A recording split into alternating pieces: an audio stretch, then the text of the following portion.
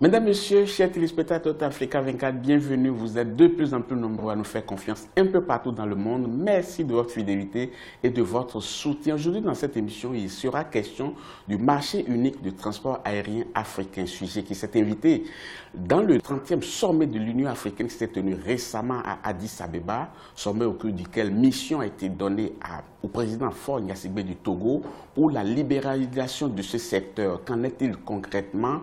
Pourquoi les États peinent à se mettre en accord avec cette disposition de l'Union africaine? Autant de questions que nous allons poser à notre invité, une personne bien avertie, il est pilote de ligne, il est le directeur général de l'Agence nationale de l'aviation civile du Togo, il est également directeur général de la société aéroportuaire de Lomé-Tokoin-Salt. Monsieur le colonel Dikissim Nyama Lata est notre invité. Merci d'avoir accepté notre invitation. Je vous en prie. Le marché unique de transport aérien, en quoi consiste-t-il réellement? Merci beaucoup. Je voulais vous dire l'origine de cette idée d'avoir un marché unique de transport aérien. Il s'agit de l'application totale de la décision de Yamoussoukro, qui a été l'idée géniale de nos chefs d'État en 1999. Et en 2000, il y a eu la 36e réunion du sommet de l'OU à l'époque, où il y a eu 36 chefs d'État, et on avait 2 ans pour l'implémentation de cette décision.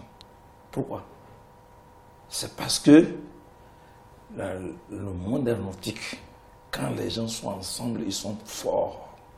Et c'est ça, nous voulons absolument que nos compagnies puissent avoir la possibilité d'aller où elles veulent, transporter les gens. Il faut une libéralisation totale, c'est-à-dire l'application intégrale de la décision de Yamoussoukro.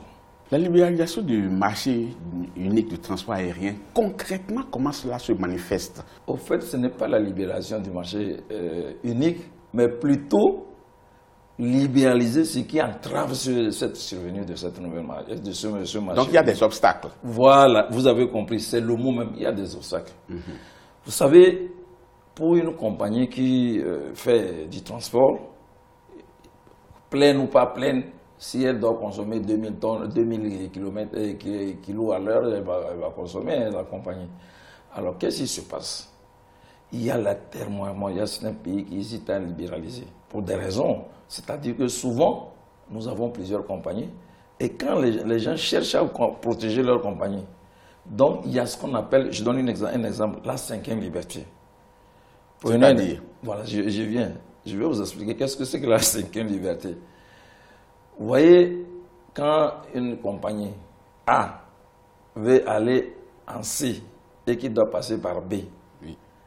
Maintenant la compagnie A quitte, elle va en B, pour aller en C, on dit en B, non, vous ne devez pas prendre les passagers. Parce que le pays B veut protéger sa compagnie. Mais c'est une erreur grave.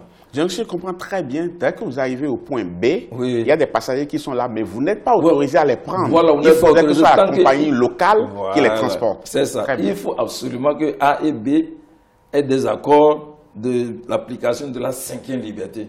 C'est ce qui les permettrait. Vous imaginez qu'un avion qui vient lancer et qui fait un B et qui vole de B à C sans passagers, vous comprenez, c'est une perte. Or, ce que moi j'ai dit, j'ai été président des AMAC, j'ai toujours lutté pour ça.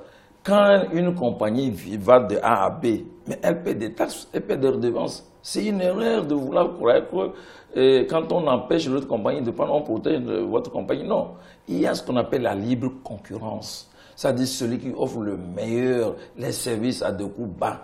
Donc, il faut encourager plutôt sa compagnie à faire des efforts pour être en conformité et être meilleur. Mon colonel, vous l'avez dit en introduction que c'est une disposition qui a été mise en place depuis 1999. Et qui tend à s'appliquer. Et nous sommes aujourd'hui en 2018. Voilà. Vous avez très bien dit qu'il y a des avantages et pourtant ces États, voulant protéger leur compagnie, ne veulent pas aller vers cette libéralisation-là. Quand on fait la part des choses entre ce qui a à gagner et ce qui a à perdre, est-ce qu'ils n'ont pas de vraies raisons de ne pas libéraliser? Vu d'une façon globale et simpliste, on a tendance à croire que quand on empêche l'autre compagnie de prendre des passagers, on fait du bien. Non, on ne fait pas du bien d'abord au peuple qui a envie de voyager et qui a la possibilité de choisir. Pourquoi j'empêcherais Par exemple, Air Ivoire qui vient au Togo, pourquoi je l'empêcherais de ne pas aller au Cotonou au départ de Lomé? Ce serait une erreur. Pendant cette émission, j'ai constaté que 23 pays africains ont adhéré déjà à cette disposition. Oui. Sur 54 États, au total, il y a de quoi se poser des questions. Le chiffre 23, quand je dis 23 sur 54, comment est-ce que ça sonne pour vous? Est-ce que c'est minime ou bien les États devraient faire beaucoup plus d'efforts? Franchement, je peux vous dire, tous les États veulent adhérer. Et la preuve, c'est que quand ça a commencé depuis l'année passée, on nous a écrit tous des lettres. Et moi, le Togo, j'ai rendu compte à mon président qui dit allez, on y va. C'est vrai, il y a des inconvénients, mais les avantages comparés aux inconvénients. Donc, il existe des inconvénients quand même. Oui, parce que les inconvénients, c'est quoi? C'est les pays qui acceptent cette cinquième liberté et qui n'ont pas des compagnies assez développées, qui sont au début. Mais ces compagnies ont peur parce que les grosses compagnies vont venir les avaler. Ils vont venir prendre du trafic. Et ils n'auront pas beaucoup, ils ne vont pas rentabiliser. C'est là qu'intervient la vraie concurrence. Voilà, c'est la concurrence. Il y a la libre concurrence, ça c'est acté, c'est connu, au niveau de l'UA. Donc, ce que je voulais dire, je pense que ceux qui ont eu l'idée d'aller vers ce marché unique du transport aérien ont raison. Le monde évolue. Nous devons être forts ensemble. Il y a ce qu'on appelle le code sharing et les alliances. Oh, si je suis une petite compagnie et que je sais que je ne veux pas lutter beaucoup avec les grands, il suffit de faire des alliances. Il y a un fait quand même qui est marquant. Vous avez dit, les États qui ne veulent pas, veulent protéger leurs compagnies aériennes qui ne sont pas puissantes. Mais est-ce que c'est même la peine d'avoir des compagnies? Parce qu'aujourd'hui, on voit qu'il y a certaines compagnies qui existent, mais qui n'ont peut-être que 2 avions et donc ne sont pas du tout compétitives. C'est vrai. Et quand un État crée une compagnie avec un appareil ou deux, s'inquiéter un peu, c'est difficile parce que quand cet appareil va en révision, je prends un aéronef, il va en révision, il n'a plus de quoi transporter des gens aussi. Le deuxième en panne, c'est fini. Et c'est les clients qui souffrent les frais. C'est pour ça qu'il y a des idées que nous saluons. Au jour d'aujourd'hui, au niveau de la CEDEAO, il y a un projet de création d'une compagnie sous-régionale. ASCA était une idée de créer une compagnie panafricaine sous-régionale. Et pourquoi ça n'a pas abouti alors? Non, ça n'a pas abouti puisque ASCA existe. Maintenant, il est question que les autres compagnies collaborent avec ASCA ou qui font du code sharing. Moi, je pense qu'il y a déjà des contacts entre ASCA et Air Côte d'Ivoire, entre ASCA et Air Burkina, entre ASCA et sûrement, je crois qu'il y a une très belle idée de Sénégal Airlines qui va revenir, ou Sénégal ou Air Sénégal, je ne sais pas. En tout cas, je dis, je suis pilote de ligne, je sais de quoi je dis, je parle. Il faut absolument encourager les alliances, les code sharing. Je donne un exemple. Les compagnies du Nord, les grosses méga compagnies, je les appelle, PNR, France, KLM. Mais c'est déjà de grosses compagnies, mais qui se mettent ensemble. Tu as un billet sur un fonds, tu peux aller sur KLM. Mais au jour d'aujourd'hui en Afrique, est-ce qu'on a ça? Pour que nos téléspectateurs comprennent bien le bien fondé de ce que nous sommes en train de dire, je vais juste donner une illustration. Un voyageur qui quitte Cotonou, qui veut se rendre à Antananarivo, à Madagascar, il est obligé de faire plusieurs correspondances ou bien de changer d'avion plusieurs fois, alors que ça aurait pu être un peu plus facile. Est-ce que c'est le fait que certains États n'aient pas adhéré à cela qui cause autant de connexions? Parce que c'est aujourd'hui plus facile de quitter Cotonou et d'aller à Paris directement plutôt que de quitter Cotonou et d'aller à Antananarivo.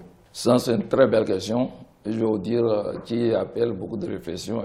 Est-ce que vous savez qu'il y a de cela 5 ans, oui, disons 5 ans, pour aller de l'Afrique de l'Ouest en Afrique centrale, il fallait passer par Paris.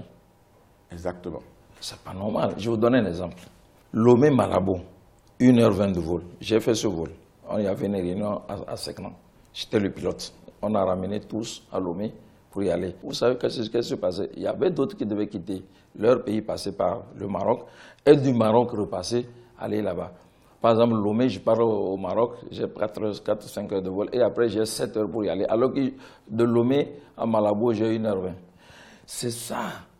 Au jour d'aujourd'hui, Askai, Air Côte d'Ivoire, Air Burkina, vraiment à désenclaver. C'est-à-dire à rapprocher les capitales. Maintenant, au lieu d'aller, vous quittez, si vous allez à Bangui, en vol direct. Un autre exemple pour vous permettre toujours à nos téléspectateurs de bien comprendre. Certains vols, Air France par exemple, de la compagnie Air France, qui quittent Paris pour arriver à Lomé, sont obligés de faire escale à Niamey, par exemple. Mais dès qu'ils font escale à Niamey, il y a des passagers qui sont à Niamey, qui veulent venir bien à Lomé. Mais ils ne sont pas tenus de les prendre, de prendre ces passagers-là pour venir à Lomé avec. Est-ce que c'est parce qu'il n'y a pas encore ce marché commun qu'ils sont tenus de ne pas les prendre, ou bien c'est de bon vouloir de Air France? Ça, c'est une question que vous avez touchée et qui est très importante. Ça veut dire ça, la 5e liberté. Et c'est vrai, c'est pas parce que Air France ne veut pas prendre les passagers de Niamey à Lomé, oui. Ou vice-versa de Lomé à Niamey. C'est qu'il y a des accords aériens qu'on a signés. Et nous, dans les accords aériens, nous avons ouvert, en termes de fréquence ou de capacité, hein. Air France vient au Togo autant de fois. Ben, maintenant, c'est une liaison quotidienne. Hein. Maintenant, les triangulaires, au fait, c'est un triangulaire. Pour les deux parler de 5e liberté, parlons des triangulaires. Qui était allé, ça dit qu'il était de A aller à B, aller à C. Ça se négocie. Ça dit que Air France doit négocier avec l'autorité togolaise, hein, de la NAC, hein, que je suis, le DG, et que nous puissions évoluer et voir si c'est possible ou pas, pour qu'ils puissent le faire. On va évoluer dans cette émission et nous poser d'autres questions. Pourquoi le président Faure a été choisi pour piloter ce projet? Ensuite, quel sera son mode d'action concrètement au niveau de ses pairs, au niveau des autres États? Et quel est son mode d'action? Est-ce que le résultat est garanti? C'est autant de questions que nous allons vous poser tout à l'heure et pour le plaisir de la compréhension de nos téléspectateurs. Mais avant cela, on va marquer une pause. Chers téléspectateurs, ne partez pas. On marque une petite pause, on retrouve dans quelques petits instants.